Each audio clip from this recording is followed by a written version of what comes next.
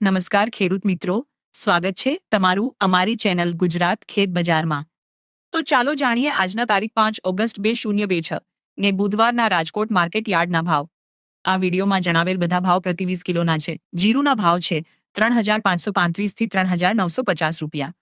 ધાણાના ભાવ છે 2700 થી 2920 રૂપિયા।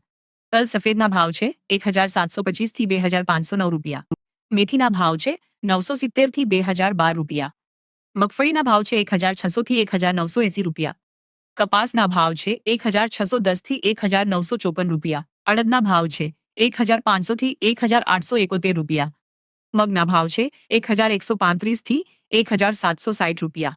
મગફળીના ભાવ છે 1300 થી 1648 રૂપિયા। તુવેરના ભાવ છે 1150 થી 1560 રૂપિયા।